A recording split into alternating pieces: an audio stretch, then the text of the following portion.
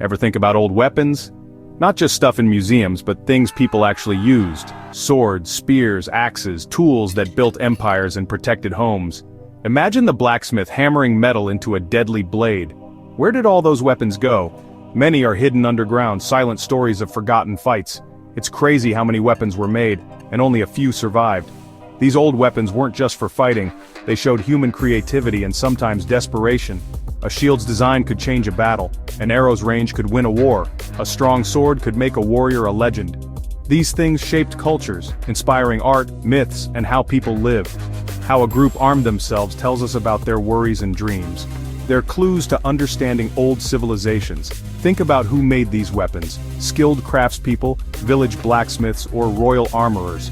Each weapon has a hidden story of its maker. Then, picture who used them. Roman soldiers, Egyptian archers, Viking raiders. Their lives depended on their weapons. These weren't just objects, but personal tools, partners in dangerous times.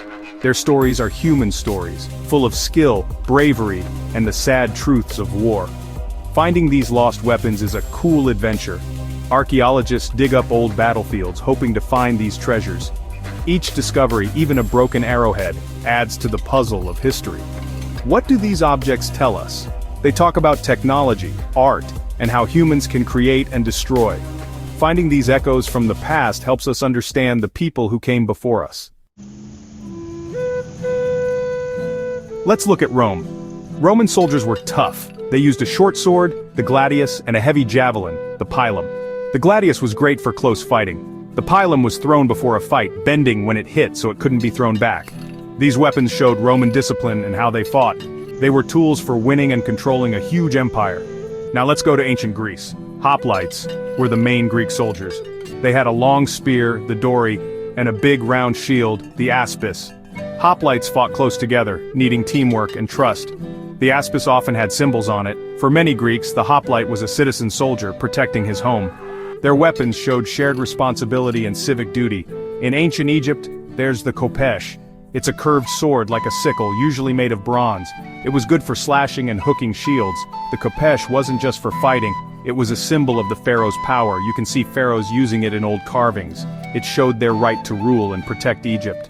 Over in East Asia, China made tons of cool weapons. The jian, a straight sword, was popular for its elegance.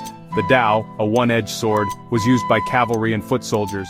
China also invented the repeating crossbow, a super cool weapon that shot many bolts. In Japan, the katana is the samurai sword. It was more than just a weapon, it was the samurai's soul made with amazing skill and deep meaning. One big change in weapons was new materials. The Bronze Age became the Iron Age. Iron weapons were stronger and sharper than bronze. That was a huge deal. Later, steel made of iron and carbon made even better weapons. A warrior with a steel sword had a big advantage. This search for better materials changed weapons, making older ones useless. Fighting always changes. New tactics make weapons change too. Heavy armor, like what the Greeks used, was challenged by faster cavalry and lightly armed soldiers. Big siege weapons, like catapults and trebuchets, changed how cities were attacked. Walls had to be stronger. What was cool in one era became old news in the next. Then came gunpowder. This invention from China changed warfare forever. Early guns were clunky, cannons were slow, but they were powerful. Cannons smashed walls, gun bullets went through armor. As guns got better and easier to make, swords and bows became less important. So what happened to all those old weapons? Many were thrown away, melted down or lost. Some, like fancy swords, became symbols. Others were used for hunting. But for most, their time as weapons was over. New technology and tactics replaced them. Saving old weapons is hard. Time is a big enemy. Metal rusts, wood rots. Many artifacts are super fragile when found and need special care. Air and moisture can ruin them. It's a tough fight against nature to save these pieces of our past. People are a threat too. Robbing archaeological sites is a big problem. Thieves steal artifacts to sell. This ruins important information. Wars also destroy museums and old weapons. Sometimes old weapons are melted down for scrap metal. Luckily, new technology helps us study and protect these artifacts. X-rays can tell us what metal is made of without hurting the object.